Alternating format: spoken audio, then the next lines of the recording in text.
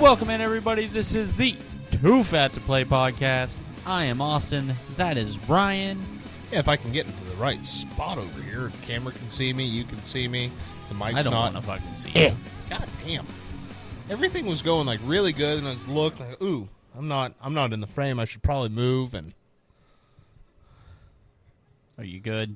Too Fat to Play podcast is brought to you by Sticks Golf Lounge, Humboldt, Kansas. Stop in, have a drink, swing a few clubs, let them know Ryan and Austin sent you.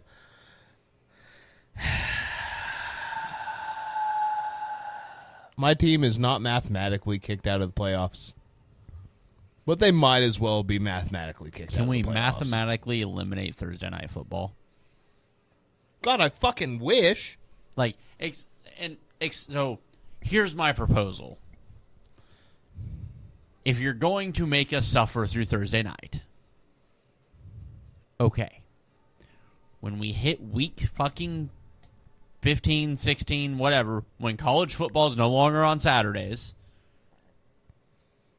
can we get rid of Thursdays? Move it to Saturday? Like, we've already got football going on Saturday. Yeah, no, I Can agree. we just have 3 games on Saturdays as opposed to a Thursday night game? Like, can we, for the love of God, that was, I looked at the score. I saw one field goal in that game. And it's because I thought the Rams had scored a touchdown to go up 9 and were kicking to go up Yeah, 9 9 to kick the extra point to go 10. I thought they were going to 10. Yeah. That's the only field goal I saw of that game. And when I saw the +3, I was like, Jesus fucking Christ. Turn around, and I didn't care. Didn't pay a lick of attention. Like, I am so tired of just shit Thursday night games. And it's not good football. Especially late in the season. It is not good football. These fucking short-ass weeks, which, thankfully, I get a shorter one next week. Well, I guess probably about the same, because it's Saturday to fucking Wednesday, which is also fucking stupid. But, you're late in the season. Let's stop having fucking Thursdays late in the season. In general. Stop having Thursdays in general. I'm good with it. I'm wrong. I like Thursdays more than I like Monday night doubleheaders. Oh, God. But I should never have both. No. Get rid of fucking Thursday. Damn sure get rid of Monday night doubleheaders. But, you just produce. That's a good football team, a team that's falling apart at the fucking seams at the moment, but should be a good football team. And you produce 12 to fucking 6. In the middle of a goddamn rainstorm. It was a bad game. You and I both called it. Both picked the Rams. The Rams right now, the Rams are by far the better team. Yeah. And the fact, this score shows you exactly how good of a team they are. They're a 12-point team against a middling team. They're not a Super Bowl contender. I don't care what Nick Wright tells you. They're not. No. They would have to get very, very lucky. If you're taking that Rams team over the Bucks, you're out of your fucking mind, first off. But you watch the game, what did the Rams do? Incredibly nothing. They got, apparently this is what you're supposed to do if you're a great quarterback. They got the ball to their best weapon, Puka Nacua. You read it off earlier. I seen the stat already. Was it 4.79 miles? 4.6 something, but yeah, whatever. Over 4.5 miles is what Cooper Kupp ran. 0 targets, 0 receptions, 0 yards, 0 touchdowns. 0 everything. He didn't even get a rush. Yeah. A lot of cardio. Expensive cardio. Expensive cardio. Kyren Williams got all of his rushing yards in the fourth quarter. Puka Nacua got all of his receiving yards in the fourth quarter.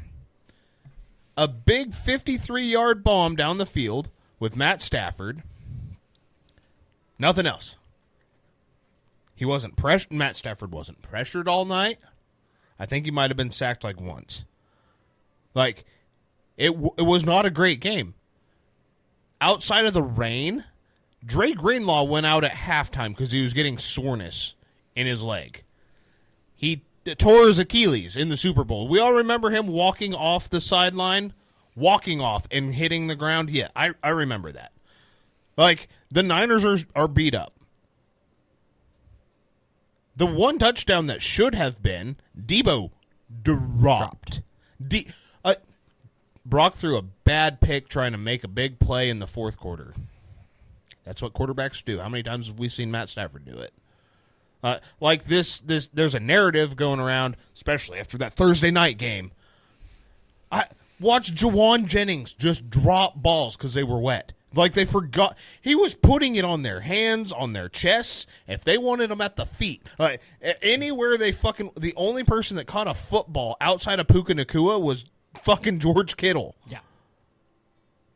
And then they started triple covering George because nobody else could catch. Isaac Garando couldn't run the ball. He shouldn't have been playing, first off. He's not going to play this week because he was been so hurt. I didn't understand the point of them playing him last week. I've been saying it for 2 weeks. Take the starters off the field, get healthy, punt on this season, trade a couple of guys, rebuild the offensive line. You're back in it next year. Yeah. Maybe not Super Bowl, but you're an NFC Championship game caliber. You're at least trying to win your division. Right. This year, you are not winning your division, and it's ridiculous. Yeah. I always say I'm not going to get into it, but it's the blatant disrespect and disregard because of the man's draft position. But we're going to keep giving Sam Darnold second chances because he was a first-round draft pick. Fine, cool, great, whatever. So you're telling me right now, today, you're going to give Sam Darnold the most inconsistent first-rounder we've probably ever seen. Because we've seen him be great, and we've seen him be worse than Zach Wilson.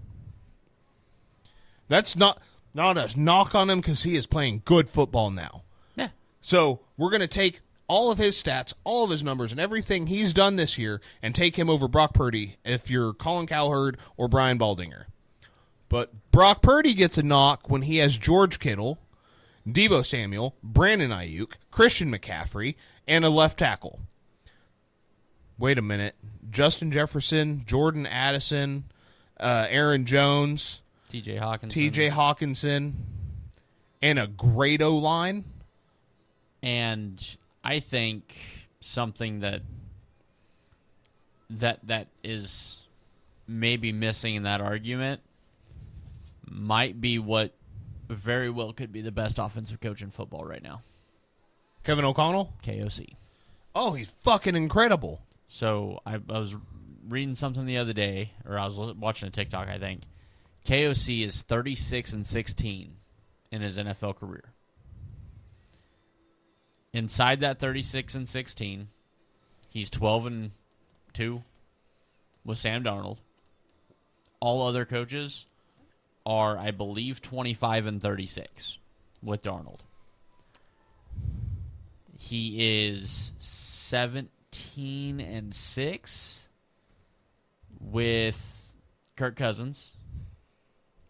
All other coaches with Kirk Cousins are exactly 500. He is 2-2 with Josh Dobbs. All other coaches are 1-9 with Josh Dobbs. KOC. Is he the quarterback whisperer? I mean, I feel like I've been trying to give it as a runaway all year. KOC's the head coach of the year. Dude, I never thought of those stats or what he's done with it. No, but that's exactly it. He's got everything that they say Kyle Shanahan is. Kyle Shanahan is. KOC is better.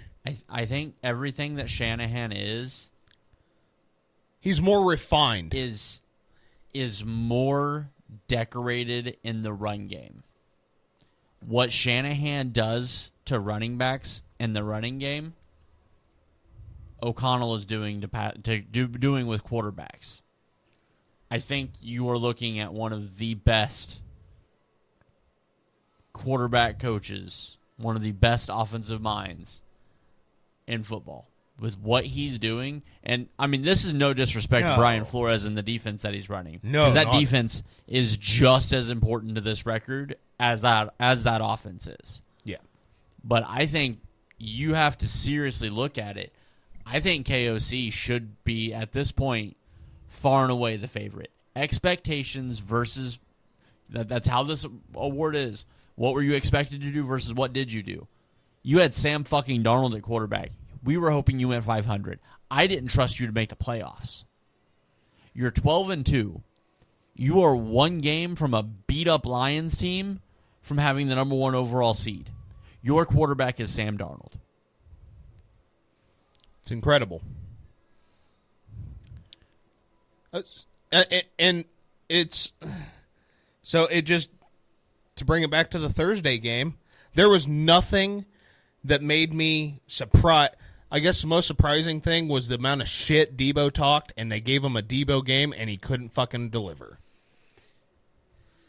So if you're going to come out, essentially call out your quarterback and offensive coordinator, head coach, that you're not getting the ball enough, and they force feed it to your ass when you have a wide open. And it wasn't slightly behind, it wasn't slightly in front of. Yep. You set your arms in a cradle, and Brock Purdy couldn't have fucking set it in there any softer. Yep. So, and then you seen it on the deep throw late in the game. Debo's open deep. Brock puts a little bit more touch on it. Because apparently, all that zip he's got, and he has a lot more zip than he did last year. Steroids got it. Yeah. And it gets a little underthrown so that you can come back to the ball. And you don't even come back to the ball. You get fucking jumped on the route. And you fall. I loved Debo when he was Debo. The last 2 seasons he hasn't been Debo. Ever since you guys have paid him, it hasn't been the same. I think if that team's going to move forward, they have to move forward without Debo. I agree. Right now, Dominic Pooney at right guard is playing lights out. Hell, our right tackle, seen an interesting thing, hasn't given up a fucking sack in 4 games.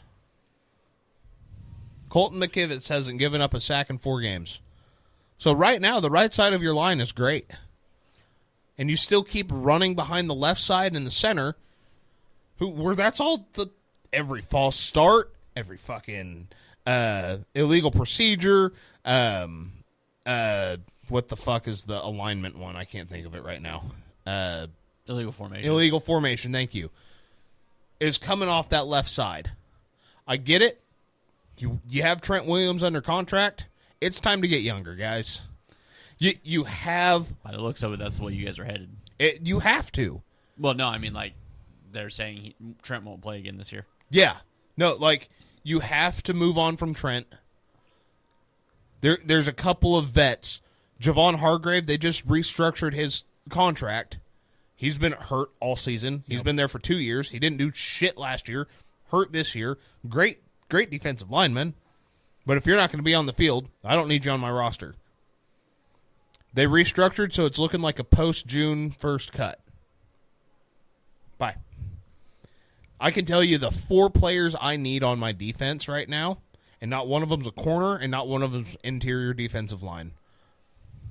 I need Talanoa Hufanga, Dre, and Fred, because when those two are on the field together, I watched it for the first half of that game. It was raining. We know that you had to run the ball. Dre Greenlaw led the team in tackles. He led both sides in tackles in the first half. Kind of like what we've seen in the Super Bowl. Yeah, I mean, Fred might be the best linebacker on that field. Dre's the heartbeat of the team. Like I told you, Sunday. Dre Green, with the whole Devondre Campbell situation, which... Oh, my fuck. I forgot about that. We do have to hit on that. I was honestly expecting you to go there a lot quicker. But with the whole Devondre thing, it's like, what did you expect? You're a placeholder for a top 5 linebacker in the league. And again, that linebacker might not even be the best linebacker on his own team. Let me rephrase this. He's not the best linebacker on his own team. It's one of the 5 best linebackers in football. Like sideline that's it. Fred is. It reminds me so much of Patrick Willis and Navarro Bowman. Patrick Willis, he was your fucking. That was Dre Greenlaw. He was a little less cerebral, very much instinctual. Fred does have a little bit more instinct, but as soon as that ball twitches, Dre's making his move, and he's not wrong often. Right. Fred, he can react. How many times have we seen him jump from the hash to the sideline and somebody get carted off? Right. The guy's also playing watching those two, I go, you have to have both of them in the middle. Talanoa Hufanga in the back end. That motherfucker has a club on his right hand. In the last 2 weeks, has reached up to try and intercept a ball with a hand that is not there. Yeah. He has 2 picks if he has his right hand. It's fucking Shaquem Griffin all over again. And then Nick Bosa. Yeah. Because now you have all 4 levels taken care of. If you've got Fred able to kind of scoot back and play the intermediate. The intermediate, let Huff hang way back and play safety, the Troy Polamalu safety. You have Fred, who will come out of nowhere to fuck your running back up if you decide to delay the handoff, or he'll sit in the intermediate and not allow anything over the middle, and Dre Greenlaw watching the quarterback. Now you have to worry about Nick. I don't care what the other fucking 7 players or... Yes. Yeah, 7 players. Solid math. Dude, I'm so proud of you. Dude, I was so quick to it. I was like, I have to be wrong. What the other 7 fucking players on that field are or who they are, it doesn't matter. I watched all 4 of them for a half of football. I was like, that's it. I don't need Charvarius Ward. He's got to go. Not for anything personal. He's too expensive. You're going to have to pay Brock. Guess what, guys? $60 million here at the end of Brock's. I'm going to say it's a 7 or 8 year fucking deal because they're going to lock him up for a minute. They're going to go, cool, we'll pay you top of the market. It's not going to be a 3 or 4 year contract. You're not going to see Kirk Cousins get top of the market for 3 years. Right. They're going to go, okay, we're going to have to pay you, get younger, and at the end of your contract, that's when we're going to get to win another Super Bowl, unless we get lucky. That's how they have to play it. Right. Which is fine. As a fan, it sucks because I know what I'm in for, but as somebody that would rather see a group of guys go, because you can extend George for 3 to 4 more years and to get good football out of him. I don't even know if he's peaked yet. It's really hard to tell because that guy, he'll go 6 weeks and it's like, I think he's fallen off, and then they'll have a George Kittle game and then he just turns into a fucking psychopath. So you have to pay Brock. I'd like to see him at 50. If you have to pay him 60, guess what? In 3 years, that's not going to be fuck all. Yeah, say here. If you get lucky, in 2 years, it's not going to be fuck all. Right. So it will all depend. But you can't tell me that you're okay with paying Kirk Cousins that kind of money, or Dak Prescott that kind of money, or any of these guys that kind of... What's Joe Burrow getting paid? A lot. Yeah. I don't remember. Does he have a Super Bowl? No. He has an appearance, right? He does. And a loss? Yeah. Okay, so Brock's got that, but he also has another NFC Championship. Actually, 2 NFC Championship games. What's Dak got? A star on his helmet? Okay. So no NFC Championship games? No. Not Jordan Love honestly, has... not even an NFC game appearance. That's true. Jordan Love got paid big. Yeah. And he has Super Bowl, right? No. Okay. NFC Championship game appearance. No. No? Okay. But he did lose the divisional game to Brock Purdy. That happened. So that, okay. Well, let's throw it back over to the AFC. What about Josh Allen, one of my favorite quarterbacks in the league? He has lost the AFC Championship game. Okay. But no Super Bowl appearance? No, none. So if we're going off of quarterbacks who have made a Super Bowl and lost, we're looking at Jared Goff. Yeah. Jalen Hurts. Oh, yeah, that's another great comp. Great fucking comp. Jalen Hurts. Patrick Mahomes is 1-3, but he did lose one. He did lose one. No. I'm trying to think. Who else has been to the Super Bowl? Jimmy Garoppolo. Wait, he's the fucking third string in L.A. right now, right? Yeah, I don't even think he's suited up. Honestly, I don't know where he's at on the depth chart. I know he's on the roster. Yeah, so I don't even think he's suited up. So you're telling me that guy doesn't get paid? But everybody else can because they weren't the last pick in the draft. Oh, no, wait a minute. I was going to say Rodgers, but he only made the one. That's right, yeah. Yeah, so it's okay that everybody else gets paid because they were drafted higher than the last pick. That's what it boils down to, and if you don't like that fact, if you think what I'm saying is wrong, prove me wrong. Because out of all of those guys, hey, Jalen Hurts, he's got a pretty good running back, doesn't he? Does he have a good running back, or is he a good running back? Yeah. Yes. Okay. Lamar, that's another great one. He got paid a fuck ton. Yeah, and same thing. Yeah, okay. So let's just roll through it real quick. Joe Burrow has had the best lineup of fucking wide receivers outside of his rookie year when he didn't have Jamar in the league. Jamar, T, and Tyler Boyd. He's had Yoshi Voss has looked pretty decent. He's not Tyler Boyd, but he's looked pretty good. And for up until this year, he's had Joe Mixon, arguably top 10 running back in the league. Yeah, and he's had tied in there. This year it's Mike Gesicki, which you and I know it's Gesicki this year. Was it Hurst? Hayden Hurst? He had a Hayden Hurst for a season, but before that they had a stalwart tight end, and I can't fucking remember his name to save my life right now. But he's had more than he's had weapons. He's had a multitude of guys to get the ball off to, right? Right. So okay, so he's had them. Patrick Mahomes up and down. I'll give that to him, but that's also a different fucking the first 5 years. Yeah, this is year 7. So yeah, the first 4 years. First 4 years, yes. The last 2, obviously. And I will also concede that this is the greatest quarterback I've ever seen grace the field. Like I can concede that. Brock Purdy is not Patrick Mahomes. It's incredible to say the guy deserves his money, but he's also not. If we're basing it off of that, Josh Allen doesn't. Nobody gets. Yeah, nobody should be making 60. Right. If the standard. If you can't make more than the guy that's ahead of you on the greatest list, right? 45 is the top end.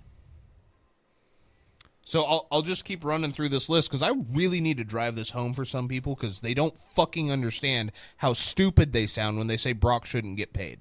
Jordan Love, how many weapons does he have? He's got a deep ball guy and Christian Watson. He's got Dubs. He's got who's the other one? 11. Reed. Jaden Reed. Josh Jacobs. Josh Jacobs. He's got or he had Tyler Kraft, and now he's is that who that tight end is now? Yes. Tucker Kraft, whatever his name is. Tyler Croft was. Yeah. So we went through the Eagles. You can argue with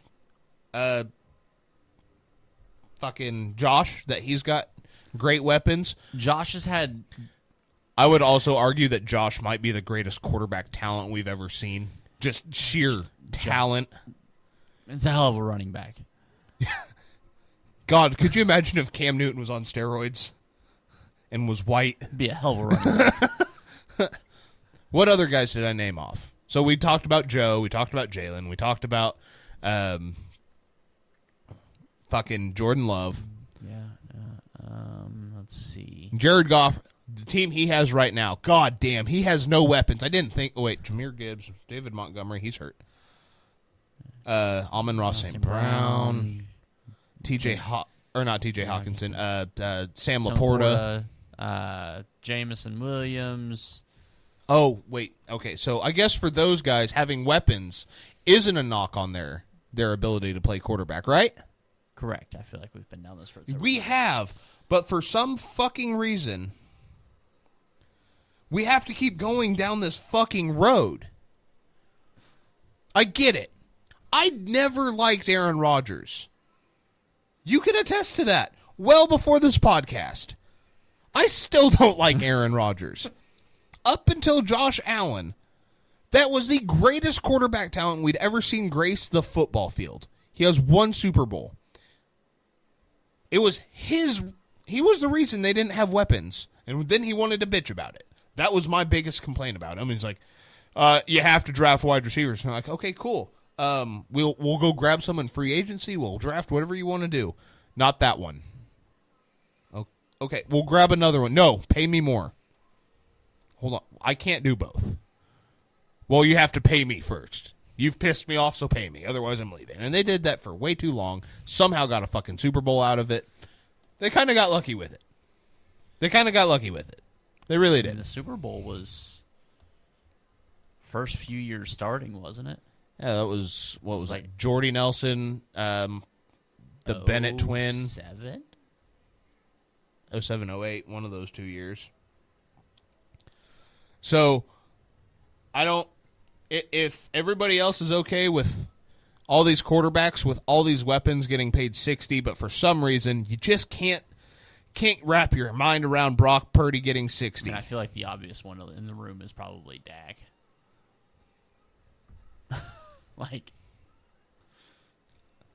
It just... God, it was 2010 that Rodgers won the Super Bowl. Was it? Yeah. Which would have been the 09 season. Right. That actually makes sense. I remember that being in high school now. Fuck.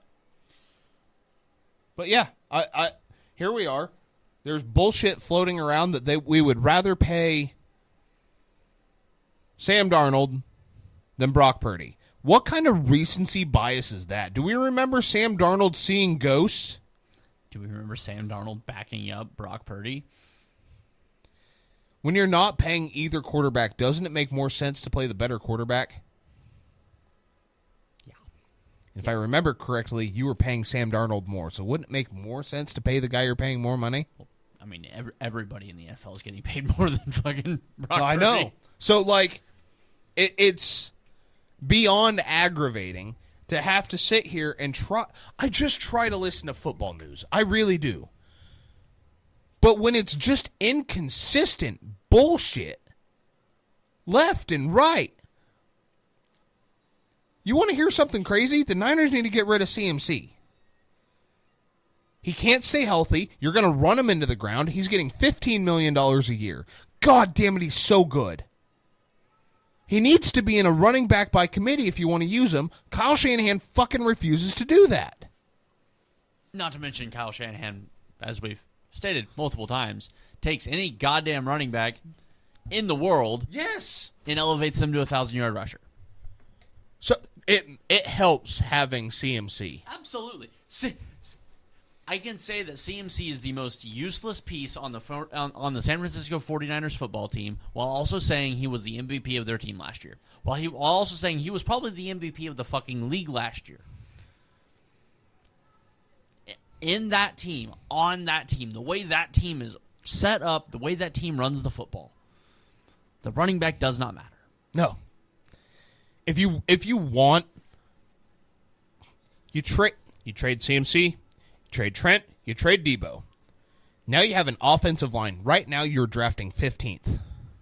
there are 3 really good running backs. If a running back is that fucking important to you, go pick up a cheap one for $5 million a year that you have team control of for 5 years. Yeah. Run his ass into the ground, and guess what? Do it again. Ha! Fucking crazy. I get it. CMC sells the jerk like he's the whole package. Niner fan growing up, went to Stanford, like hometown kid, like the whole 9. Huge connection with the family. When it comes down to money, when it comes down to availability, it doesn't make sense. Agreed. Last thing on the Niners, and it's the big one, Devondre fucking Campbell.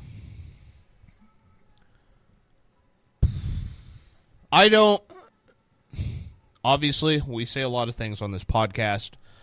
Most of it, as serious as it sounds, is lighthearted. We're just talking football, trying to get through it. I am going to attack a man's character right now. And I fully mean this from the bottom of my heart. If you want to say fuck the fans, fine. You want to say fuck the team, good luck for you, man. Because Charvarius Ward lost a 1-year-old daughter and has fought to come back and play for this team. He had to have a fucking statement apologizing to fans because he has to leave meetings because he can't cope right now. He's still on the football field. Trent Williams, we found out today, may not play again this season due to his injury, was working to come back. His wife was pregnant with twins, lost one of the babies early in pregnancy, and lost the other one 3 weeks ago. Stillborn. Dre Greenlaw, the guy who replaced you in this game, was on his way to Super Bowl MVP before walking off the sideline into the game and tearing his Achilles. He has been working his ass off to get back into this game. This is not a jag coming off. This is a top 5 linebacker in the league. We'll set that one off to the side. Ricky Pearsall got shot at the beginning of the fucking season. This team has the 4th highest amount of people on IR. You knew coming in, you were on a 1-year deal. A 1 year. This wasn't a 3-year like, hey, we need you at Sam. We've got our Mike, we've got our Will, we need you at Sam. Until our Will comes back, we'll put you there and you'll move right into Sam. No. This was a 1-year, hey, you're keeping the bench warm for this guy. You're keeping it, and you haven't done a great job. You have not played very good football. Lots of missed tackles. Lots of missed assignments. The guy that you're replacing, the reason that you're getting paid what you're getting, not to mention you weren't even the first fucking option. They had come to an agreement with Eric Kendricks before he decided to go and fuck up his career in Dallas, where he's done fuck all. I honestly forgot he was in Dallas. Yeah. Right? So Devondre Campbell, you have the fucking gall to walk into that. Fred Warner's playing on a broken foot. Nick Bosa is playing on broken everything. He's got a new haircut. He looks emo, I'm pretty sure. Have you seen it? No. Okay, I'll have to find it. It's hilarious. George Kittle even had an Instagram post about it. The entire fucking team is hurt. And you don't want to play. You don't want to play because Dre Greenlaw came back from injury and started in your place. Sorry, started in his place that you were fucking holding down for him. Go fuck yourself. At no point did you even have a job lined up for next year. Guess what? No team wants you now. You tweeted out in 2013 that you should be an underwear model. guess what, dude? I think that's your next gig. Because it shows right now doesn't look like you deserve to be on a football field. You see it? I'm trying to. He was wearing a hoodie there. Couldn't really see his. You got to keep watching because he looks up. I see the little swoop over the eye. Tonight will be the night. So Devondre Campbell. Here you are. You're not even jobless now. You are suspended the rest of the season. You cannot go and sign with another team. The 49ers would rather take up a roster spot than allow you to sign elsewhere. And I think it's the right move. I thought it was a great move. And guess what? They're not gonna cut you after their season's over. After the Detroit game, because they'll probably end up beating Miami this week. Have a little bit of hope left. I know how this goes. I've seen this game before. It'll be Detroit that finally crushes, especially after the NFC Championship game last year. Ouch. This is going to hurt. I really do think they should probably sit everybody that game. You're not going to get another opportunity until March to play for another team. And now you're going to have to answer the questions. Good luck. Yeah. And I feel sorry for the shit fucking franchise that signs you. Because you've already shown that you fucking give up on the people around you when you knew your role. You're this far into your career, you really think you're still a starter? I mean, up until last year, I sure thought he was still a starter. This year, he's been garbage. So, I don't know if you have anything else to say on it. I mean, you have two... I feel like you pretty well covered it. Two teammates who lost children. Sorry, not children. Babies. Babies. You have a teammate get shot in the chest before the season starts. The guy you're filling in for left it all out on the field. Literally. Yeah. Had to be carted off the field. Everybody else around you is hurt and trying to play. And you had your feelings hurt. Yeah. I think we've definitely seen the last of Devondre Campbell in the NFL. Oh God, I fucking hope so. I don't think there's a way you come back from that game. I mean, AB didn't make it back after quitting in the middle of the game, and AB is one of the greatest players that's ever played his position. You're Devondre Campbell. You were a good linebacker for the Packers for a minute. Yeah. You were a good, borderline great Packers line. Yeah, maybe even a really good. Like, I'll hold back on great. Like, he was a really good linebacker, but yeah, something's wrong there, and now something's no longer there. I think that we've shut the door on that. And it's great. Every single Niners player after the game, he's not going to have a job. You pissed off John Lynch to the point, like, there were TV anchors who right now for some reason still hate the 49ers, but there is also that brotherly love that played either against or with John Lynch that said, "You seen Red 47. You don't want to see Red 47." Yeah. I had to think about what Red 47 could possibly mean. For the last 7 years, John Lynch has just been my general manager. Sometimes I forget he decapitated people on the football field. That's fair. Yeah. He confronted. He came down from the press box and confronted you. I think it was a little bit more than a fucking confrontation. I really do. Yeah. Yeah. That situation quickly escalated, I promise. Yeah, no, I don't have much more to add, but it's just how do you do that? How do you go you dress, you get ready for, you prepare for, and when the team goes, hey, we need you, I don't feel like playing. I mean, Demetrius Flannigan-Fowles was hurt and was out there playing in your spot. He was limping the entire game. Yeah. Yeah. Like I said, it's as simple as I think that's the last. Yeah. Last time we see him. It is. Oh, his locker's already cleaned out. No, I mean, we definitely won't see him in Crimson again. Yeah. That's for sure. But I don't think we'll see him in the NFL again. No, he's done. You can't do that shit. Yeah. So let's get to some of the other games. Kansas City beats Cleveland 21-7.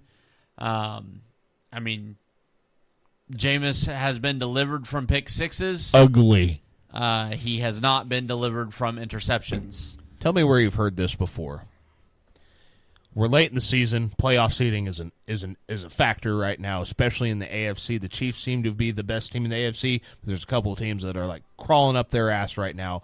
And Patrick Mahomes has a high ankle sprain. Right.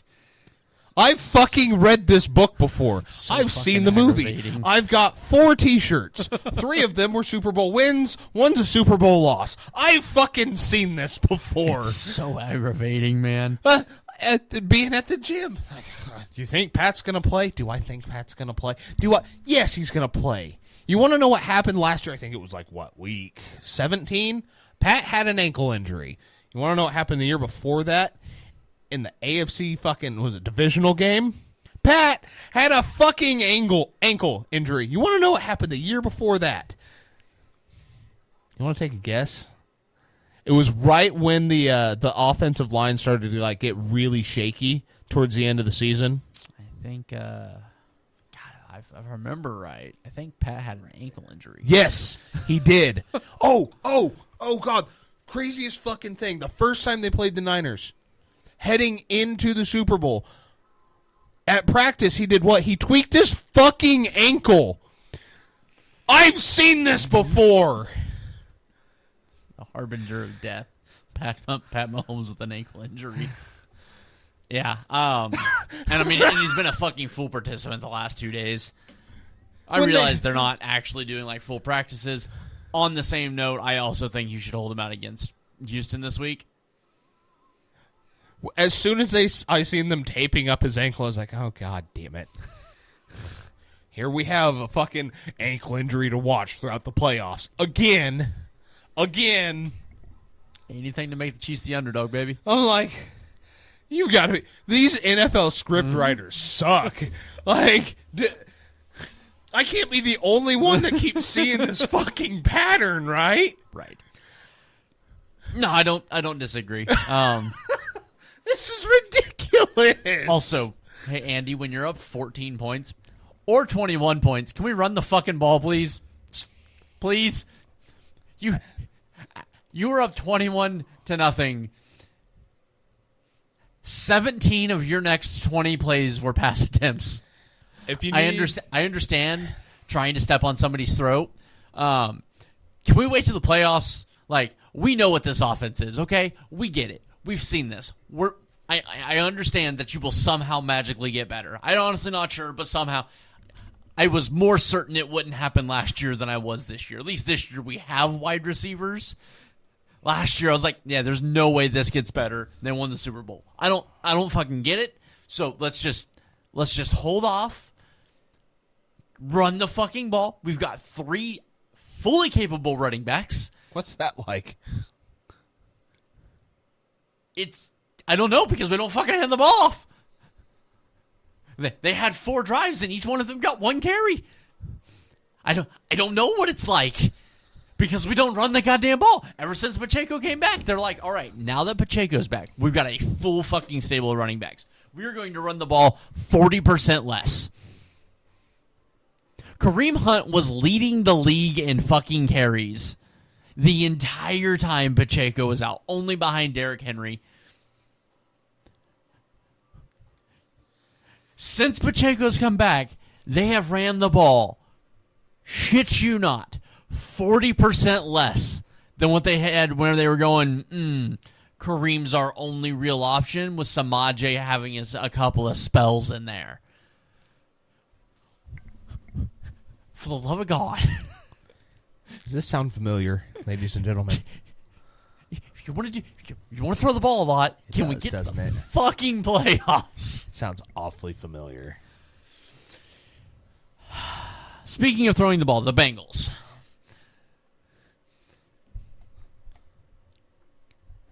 I honestly wasn't sure 37 was going to be enough. I don't trust that. I don't trust that defense to hold it. Like, they could play the fucking Giants right now. I'm like, it's going to take 40. You can't have your quarterback telling your head coach, this is fucking bullshit. Yeah. No, this is fucking embarrassing. Like, yeah. Joe Burrow is him, guys. What? I mean, when we talk about MVP, it should be Joe Burrow. That's where my vote's going now. Like that's the best option. They have playoff hopes because of number 9. Yeah, I wouldn't even say because of Jamar, because of number 9. Could you imagine what that team is with Sam Darnold? That's a top fucking 3-pick team. I don't think nobody else is ready for that conversation. Nobody. Oh, no, because Sam Darnold has reemerged. We want to talk system quarterbacks. God, I went on a 45-minute fucking rant about this shit. I was really hoping this would be a quick episode, and then you spent 35 minutes on the Niners game. It wasn't even the Niners game. There was nothing to talk about. It's the fucking that's narratives. The problem. It was the Niners game. Everything around it, not the game itself, but everything around it.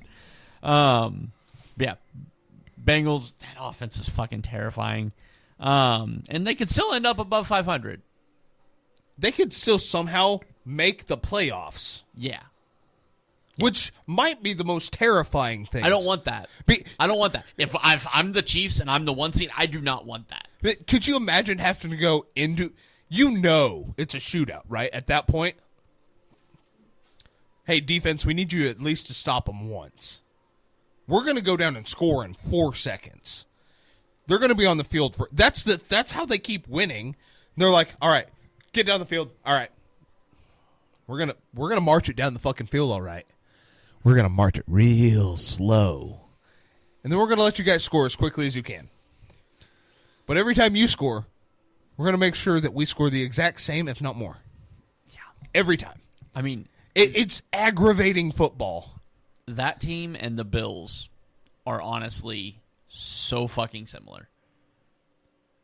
But those two teams, they have one direct comp in my mind. Those two teams are the exact same as one other team. The 2018 Chiefs. That offense can put up 100. That defense would lose the game by giving up 120. Like, both of those teams, honestly, that's the playoff game I want. Like, if you Bengals, give me Bills. a 2 seed versus 7 seed, Bills, Bengals, wild card weekend, all fucking bets are off. The only thing I'm betting is the fucking over, and I'm putting the house on it. Dude, I did that this weekend. I turned I deposited 15. I think I bet like 7 into 50. I hit every single bet. Hammering the over of that game. I don't care if it's in Buffalo and there's 37 inches of snow on the ground. I'm betting the fucking over. Because somehow Jamar Chase is still going to be running wide open with a perfectly placed dot for 90 goddamn yards 3 times a game. Those teams are fucking terrifying. And yet really don't scare me in the playoffs. Like, it's a weird combination with those two because they remind me so much of what Kansas City was in 2018 that I'm like, I just don't trust it in the playoffs. Like, I really don't. I've seen what this does. And the only difference between those two teams is every now and then Sean McDermott goes, "Oh, defense, that's my side of the ball." Yeah, agreed. And it just goes, "Oh, fuck. I know how to stop that. Hold on. hold on, timeout. It's a quick timeout. It's like, hey, you go there, you go there, you two swap sides. Who let you on a football field? Hey, pardon me real quick. What's your name? Cool. Why is DeMar on the sideline? Where's the dead guy? Has anybody seen Josh? Josh is my player, right? Fucking yeah, dude. That team's fucking wild. Talk about fucking wild. The ending of the Commanders Saints game. That clock should have fucking kept going, and they stopped it. Thank God. I was so happy. Thank God. Oh my God, it was awesome. Best decision that's ever happened. For Spencer Rattler to throw the touchdown to be in a position to win the game, fucking amazing. And then for the 2-point conversion to fail horrendously was fucking amazing. That was a fun game to watch. Anything for a Washington win, I'm here for. Baltimore did exactly what we said they were going to do to the Giants. Dallas. The first time the Panthers are favored in a game in 2 seasons. 34 NFL football games. 34. That's a 3 and a 4. That's 10 threes and then 4 more games. First time they are favored. They are favored by 2.5, but they are favored to beat the Dallas Cowboys. They proceed to lose by 16. To Cooper fucking Rush. They made CeeDee Lamb look like he was worth the money. Fucking hell. Jets, Jags. What a shit show. The Jaguars had that game won, and then Devontae Adams and Aaron Rodgers must have went and fucking ripped a couple of, I don't know. That was a hell of an ayahuasca bomb. I'm not even sure what the fuck that would be, but they were like, you know what? What if we just did what we did 5 years ago? And, touchdown. Sweet. Problematically, I have Devontae Adams in the league that I was on bye week on, but what the fuck? You know? Sure. Can we continue to do that for the next 2 weeks? No, I agree. That'd be a great... I also... Yeah. Bye, had hit... Yeah. No, I'll take that every day of the week. That was dumb. That was the dumbest. Stupid. The Jaguars had him dead to rights. But that gives the Jags back a shot at the number 1 overall pick. They got to get the Giants to win one, but the Jags were getting close to being out of it. Who did they take? Did they take Shedeur? Oh, dude, I don't know what the fuck the Jags are getting. Because, you just paid Trevor. Now Trevor's hurt, so you're like, well, I can't take his job when he's hurt. We should. And go let Trevor Lawrence be the greatest quarterback we've ever seen for whoever he plays for next. That's a high hope from a COVID quarterback. I'm well aware of that, but I also, it just feels that way. Because Jacksonville's going to be like, you know what? Maybe he's not that good. Let's send him to somebody else. And then he's going to have fucking 4,550 tuds next year. It just feels like the Jaguars thing to happen. It's kind of like the Browns getting rid of Baker for Baker to then turn into a very good NFL starting quarterback. I agree. It's just the way it needs to happen. It's just how you should have made a Super Bowl. He's going to end up a fucking Ram. God, that would fit so well. He's going to back up Matt Stafford for about 2 more seasons. Stafford's going to retire.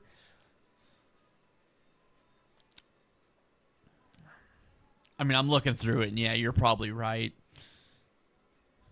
Or he's going to be a Charger.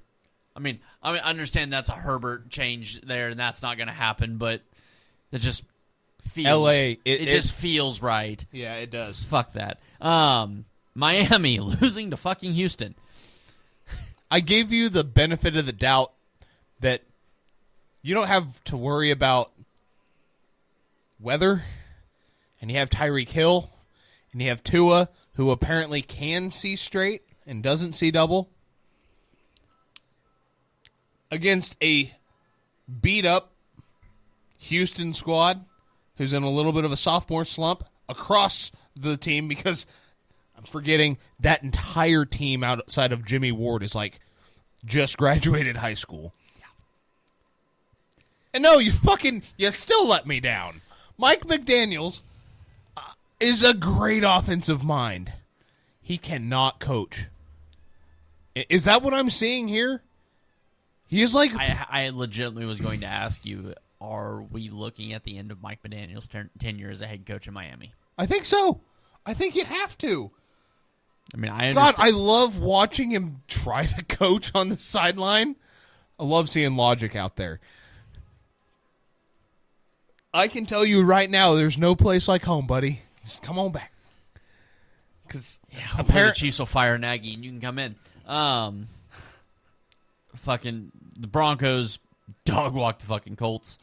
Bo Nix looks great. God, dude. Bo Nix looks great. I'm so irritated with how good that team is because it's blowing up all the things I said about Sean Payton. Can we skip this game real quick?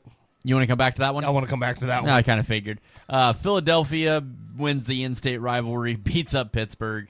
Pittsburgh was in that for as bad as Pittsburgh played. Should have been they should have 2 touchdowns. Wasn't enough. I mean, you fumbled. I think they fumbled like 4 times. Couple of picks. Like the Steelers looked like shit. They looked like the Steelers I expected all season. Right. Yeah. And you're telling me that the best you've got, the Eagles, is 27 against that team? How am I supposed to feel confident about this? Their passing game was so much better than what it has been. Okay, so they force-fed A.J. Brown a really good a top 3 wide receiver at the ball. Okay. And then I don't know where the NFL is getting this rumor that there's a disconnect between Jalen and from you guys. Yeah, you literally. Yeah. Not only that, but your head coach is getting in the face of defensive linemen on the sideline, has to get broken up by Big Dom. There's so much wrong with the Eagles. To sit here, once again, the national football media has this fucking they want you to think that the Cowboys are always going to win the Super Bowl because that's good for their business. Fine, cool. I can live with that. It's kind of like the choking on the Yankees and the Dodgers in baseball, the Lakers in basketball, or the Knicks in basketball. Speaking of basketball, did you realize that the in-season tournament has been going on? A little bit. I had no fucking idea. I saw them post that the Bucks won the championship last night and was so fucking confused. I could care less about. I mean, I know you don't follow the NBA, but like it's one of the biggest things that happens in the NBA season. My God. Like I heard more about the WNBA during the season than I have about the NBA during the season. Like my synopsis of what has happened is the NBA, the Bucks apparently, congratulations, just won the in-season tournament, and LeBron James appears to have been taking steroids again. That's what I know about the NBA this year. I have no other fucking idea. It's incredible. But like back to what I was saying, the media has this thing like they want you to believe that the Eagles are this force to be reckoned with in the NFC. They're not. They're not. Saquon's been stopped before. This is not a Derrick Henry type of situation.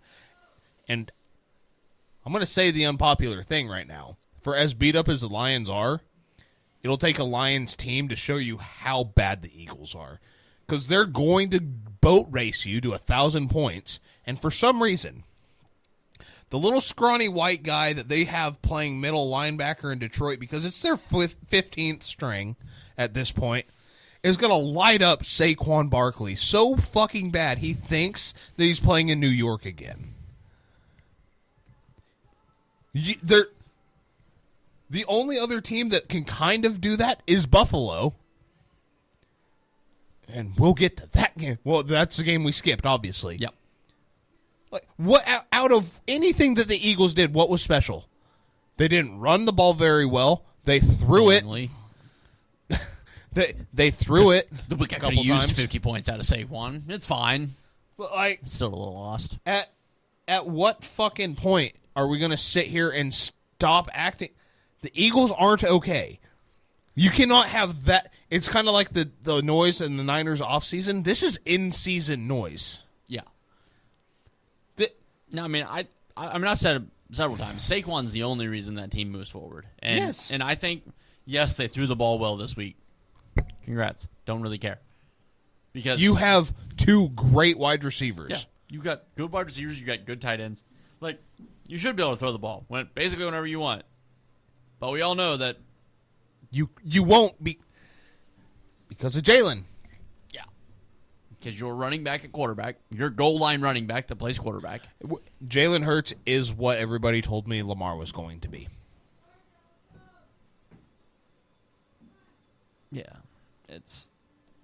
I don't. Lamar has a good ball. Every now and then, Jalen throws a really good ball. Jalen's got great wide receivers. This is the first time I think we've actually seen Lamar with good wide receivers. And you would take the Eagles receiving core over every the Ravens day 100 times out of 5.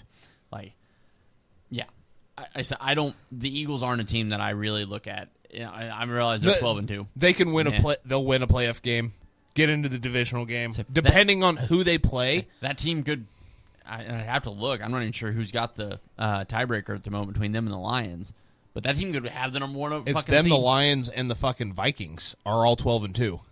Yeah, but I know the Lions have it over the Vikings currently. I don't know who has the number 1 seed between the Lions and the Eagles. Which I think it's the Lions. I think it is. Let me. Why is that not correct? Okay, hold on. But hell, I'll take the fucking Vikings right now over the Eagles. Yeah.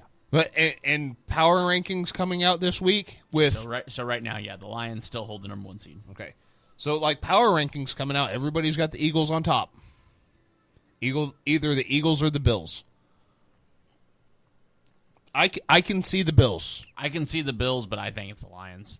Like, I do understand the injuries of the Lions, but that's who I'm putting at the top of that. And I'm not putting the Eagles above Kansas City. No, I'm not putting the Eagles in the top 5. I think if you put the fucking Buccaneers against the Eagles, who wins that game? I'm going to lean Bucks, just like I did last year. I have to as well. Their defense is better. If Baker, and you can say the same exact thing about Jalen. If Baker doesn't turn the ball over, guess what? They're hanging 40. Yeah. Every week. Jalen plays a clean game and you hang 27. I'm taking the Bucks. Yeah. Arizona wipes the floor with the Patriots, but the Patriots got a quarterback. Yeah. No, they got him. Drake May. Get him an offensive line, get him some weapons. I'd hate to fucking see that team come back around and be great again. I really would. Right. But you got the guy. I think you've got the head coach. You got it. Don't fuck it up from here. Yeah. That's all you have to do is just be smart. Yep. Great job, New England. Arizona, welcome to the NFC West.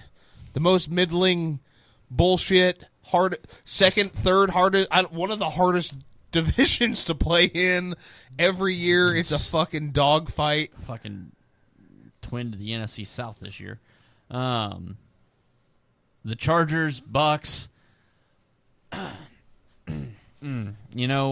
picked the Chargers to win this game. I know you did. And that did not go well for me.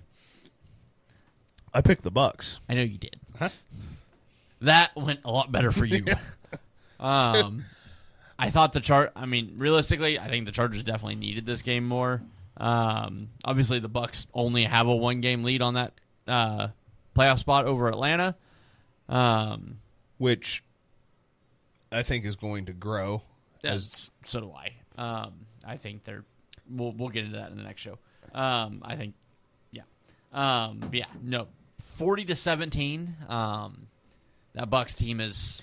It really just showed you the Chargers are a team that it's going to be really fucking good, and they have been really fucking good.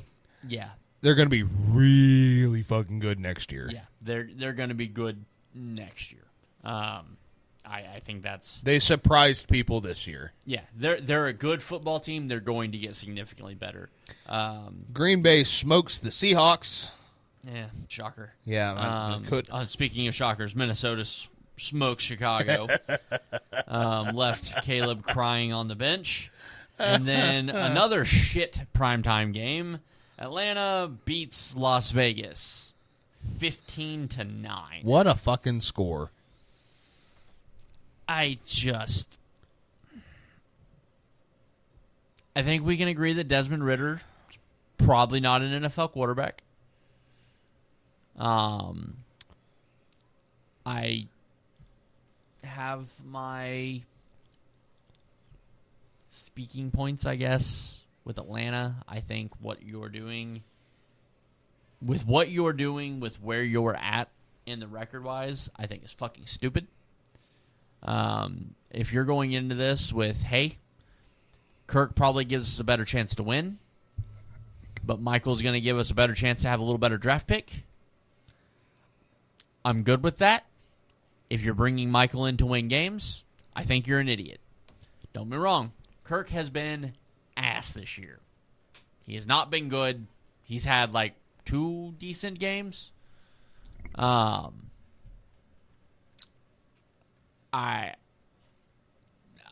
interested to see how this happens because there's a whole lot of dead money out there.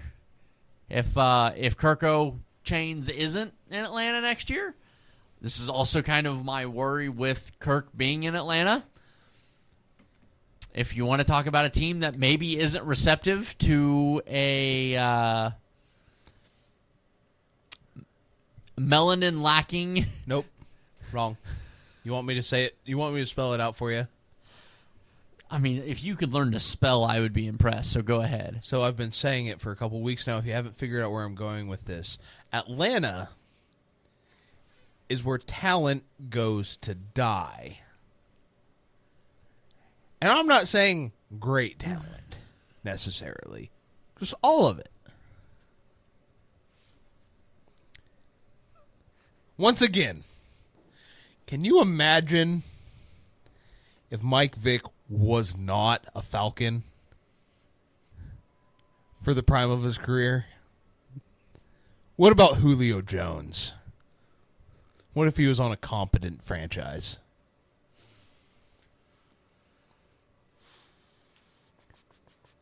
You have one of the biggest draft busts of all time at tight end, who was a home run at the 4th pick, right?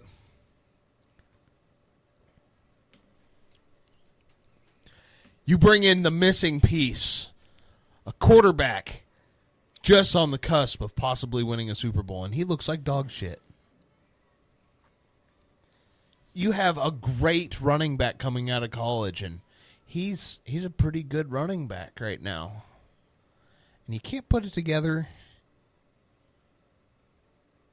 So what is it? What's the common factor here? You're up in the Super Bowl against the Patriots in the 4th quarter. I didn't realize we were going to get a 28-3 joke here. What is the common factor? What is it? It's the organization. They haven't figured out how to win. They haven't found their Dan Campbell. Which is fine. Didn't realize we were going to get a fucking monologue on the fucking Falcons tonight. But let's just take a step back and realize... Oh, God, we're going to be here for another 30 minutes on this, aren't we? That I was right all along about the Falcons. When you came in at the beginning of the year, the Falcons, man, and I was like, I don't know, it seems to be where fucking talent goes to die. And there for a minute, like 3 weeks, you almost had me convinced over on the other side of the table.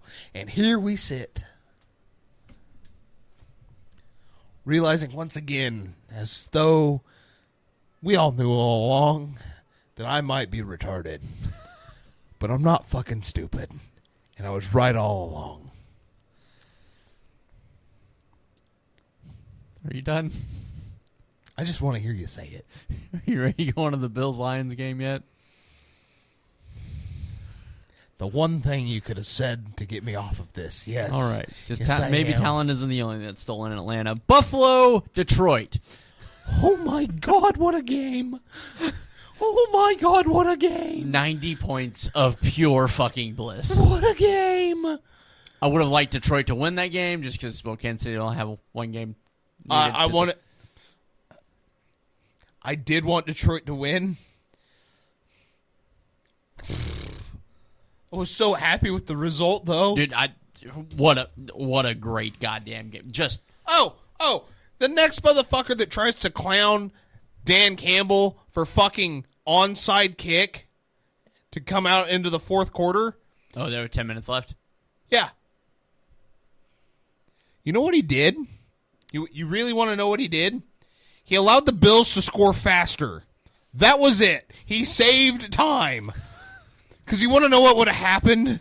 Instead of them getting the ball back again with 10 minutes left, down, they would have only got the ball back with 5 minutes left, down. They lost by 2. You're telling me the Bills don't go down and score another touchdown? Did anybody see Josh Allen playing football that night? Yeah, he wasn't losing that game. He wasn't losing that game. On the same note, Jared Goff was not losing that football correct. game. Jared Goff, the only quarterback that can have 2 separate games in a season, one where he throws 5 picks and one where he throws 5 touchdowns, and you'll never guess which one he fucking won. So dumb. Like, watching that game, and I know this is a fucking homer-ass takeaway from it. You know what I took from that game? Huh. That if the Chiefs can figure out how to execute that onside kick, they are getting the ball back 100% of the time. It was because if you put Justin Reed, it was a quarter inch. That's all it was. Because the way it bounced, when the Bills wide receiver, it was what the fuck was it? Was it Shakir? No, I think Edmund. I think the defensive back Edmund's the one that came with the ball. When he jumped up and fingertipped it, I thought it was over. I thought it was going over his head. He had just enough. If it was a quarter inch higher in the air, there was no more white around that football. It was blue. Say, whenever he goes to gather that, you're telling me if that's Justin Reed and not an NFL kicker? If the Chiefs can execute that kick with Reed, Chiefs will get that ball back 100% of the time. Fucking, I mean, that for me, that's the way, with the new rules, that's the way I'm running the onside kick. Like, I'm picking a motherfucker, I'm kicking the ball at the motherfucker, I want it to bounce one time in front of him. Like, if you can give me a bounce right in front of him, right at that 10-yard spot. Like, the only other thing is if you can just laser beam it off the dude's face That's mask. what I was getting ready to say, like, is if you bring in one guy to take up a roster spot and he can hit a fucking ping pong ball from 15 yards away, I'm going to need you to hit that guy in the nuts. What? Take that ball, put it in his nuts. Why? Because he won't grab it. If you don't think you can hit something that small, aim for his head. Yeah, he's got a big-ass face mask. Hit it. Yes. Aim for the chest. Like, this is sniper school. Aim for the chest. Yeah. Kick it as fucking hard as you can. Whatever you have to do to... that is how... The NFL... We know you're not listening because you haven't sent a cease and desist yet.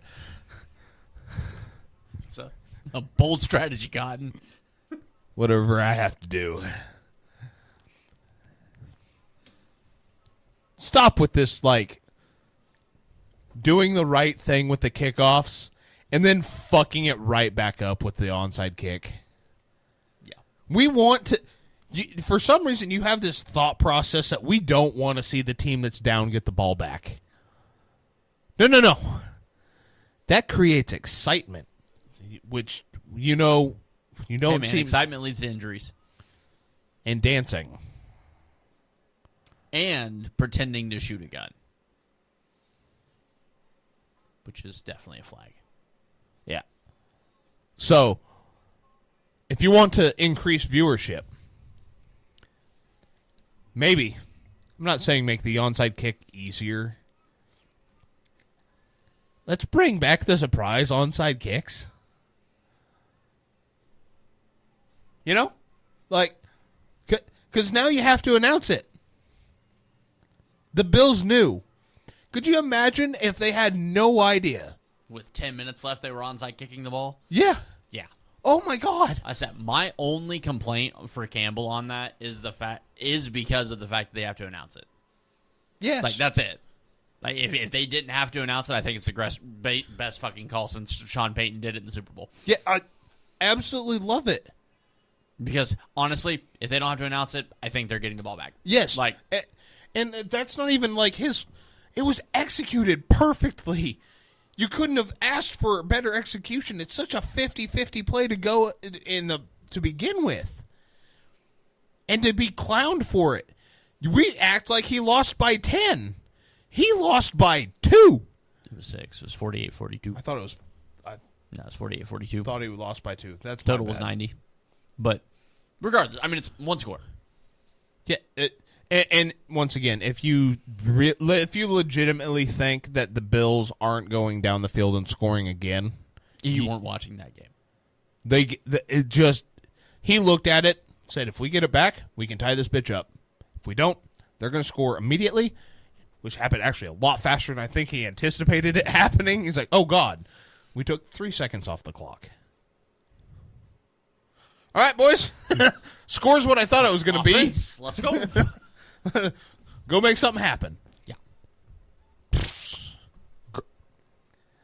I don't care how many. They had 4 more fucking injuries in that game. Yeah.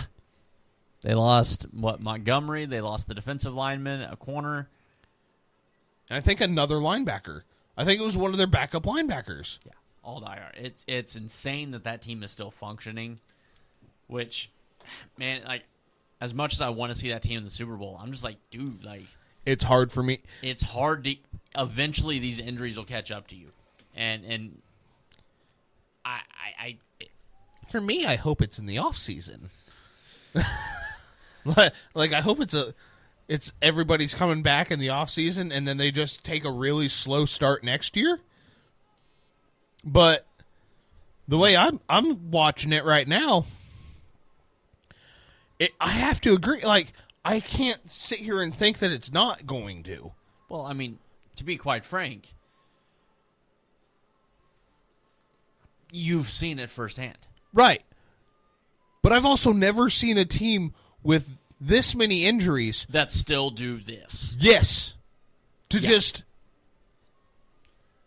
Dan Campbell said it best. What did he say? He said, we've been eating filet mignon for so long. We forgot what it was like to eat moldy bread. Okay. That might sound crazy to somebody. That terrifies me as an NFC fan. Yeah. Because now I'm like, wait a minute. That team has nothing left. They've got 4 starters across the entire team. They're still 12-2. It's become such a... I don't even know what the word is for it right now, because obviously every time we go to record, my vocabulary shrinks 1,000,000,000%. I am a little bit more sophisticated than this outside of the podcast. But it's such a cliche that the Lions are going to take your kneecaps out on the way up. We are watching this right now. They're doing exactly that right now. 3 weeks in a row. That is the grittiest team I've ever seen on a football field. It's not even next man up. They don't care who you are. You have to be mean. Yeah, it's definitely the mentality there. There's no drop off top to bottom. It's terrifying, to be quite frank. It is terrifying because 31 other teams look at that, go, okay, it's gonna. The Bills, I can't say that right now. The Bills are like, nope, it doesn't affect them at all. And not only that, You have a guy like Aiden Hutchinson that walks into the locker room and says, "Just get us there. I'll be back." His fucking interview that he did the other day. He goes, "Yep, I'm on pace to be back for the Super Bowl." Motherfucker. No. You don't. No. You give. If you give me that same comment of if we make the Super Bowl, I should be back. Okay. I'm on pace to be back for the Super Bowl. Hold on. Stop it. Yeah, because now the team knows they're beat up. They don't care. At this point, their expectation is the Super Bowl, but now you have a guy that's hurt. Hey, Devondre Campbell, look at this real quick. You have a guy that's hurt. That's like, hey, I'm working to be back. I will be back for the Super Bowl. I know I broke my leg earlier, but it's fine. What's that say to the rest of the guys on IR that can make some sort of comeback? You're going to see mummies on the fucking Detroit sideline. It's going to look like a goddamn Halloween party out there. They're going to play Thriller, and they're going to have no choice but to dance. And that might be the scariest thing anybody's ever seen in a Super Bowl. Because you don't know if they're actually alive or if they feel pain.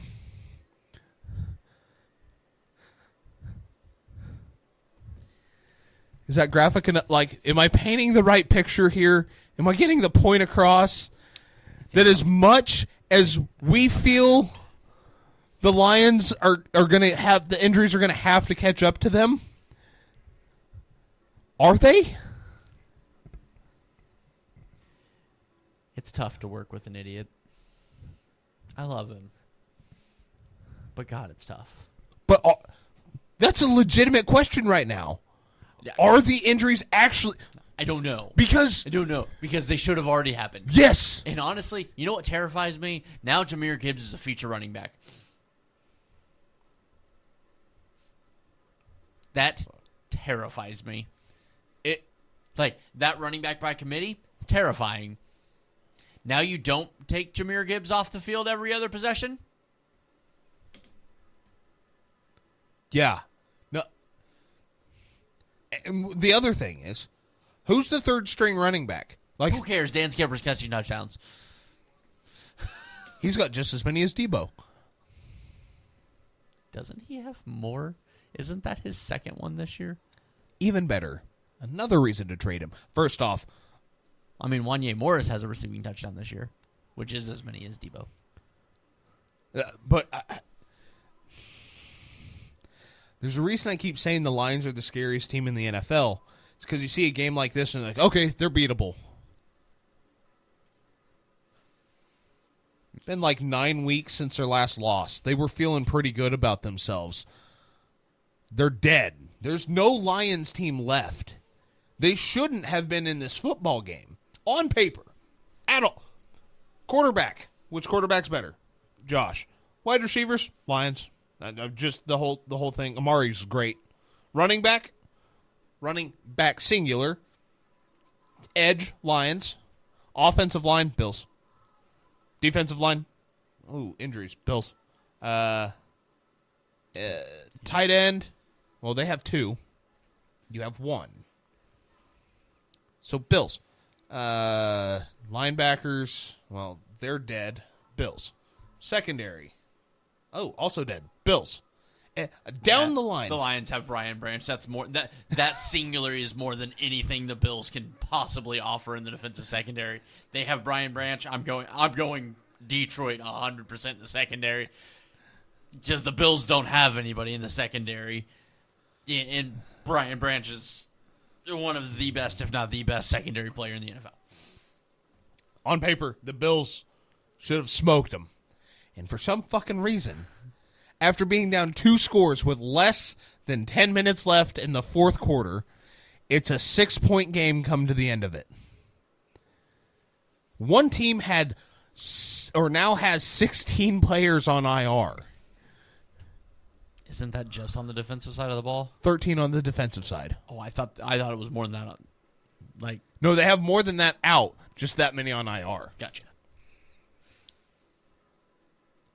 It's going to catch up to them, right? That's what the NFC North is telling themselves. It's going to catch up to them, right? We don't have to deal with that for the rest of our lives, do we? No, you do. Because once they finally move on from Jared Goff, and that is nothing against Jared Goff, God forbid they ever end up with a quarterback talent again like Matt Stafford. Because they're not missing on draft picks. Are you saying Hendon Hooker is not Matthew Stafford? Not in the slightest. Huh. They just do not miss. It's very Chiefs and Niners-esque, Packers-esque, where it's just like, okay, who the fuck's this guy? Why'd you trade up to grab him? 6 weeks in. Okay. Oh, that guy's a 7th rounder. What? Oh, fuck. It's... The Lions are here to stay, ladies and gentlemen. And unless something fucking crazy happens, you have a lot to be worried about if you're in the NFC North. Unless you're a Bears fan, then we all know what's going to happen.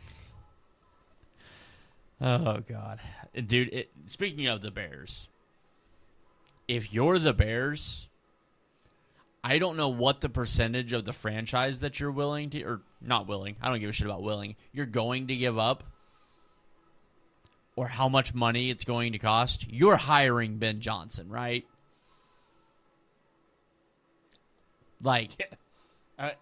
Well, according to national media, they should trade for Kyle Shanahan. Okay, so you're trading for Ben Johnson, or you're signing Ben Johnson, right? Hey, in all reality, the Bears aren't that far away, okay? Everything Ball posted this list. Just a couple of small things. I'm trying to get to the end of this episode. So the Bears just really need, we'll start bottom here, for the Packers to change divisions. The Vikings to fall off, the Lions to fall off. Caleb Williams needs to get better, or, if go draft one. Get a new DC, a new OC.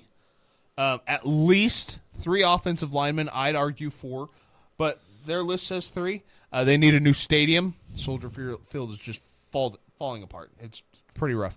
A new head coach, new GM, new president, and at least a new owner. I mean, you're just those 12 or 13 items away from being a really good football team.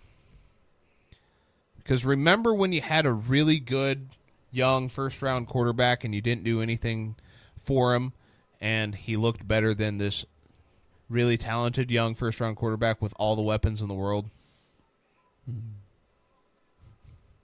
Remember when 2 idiots on a podcast said, stop, draft an offensive line, build around the guy?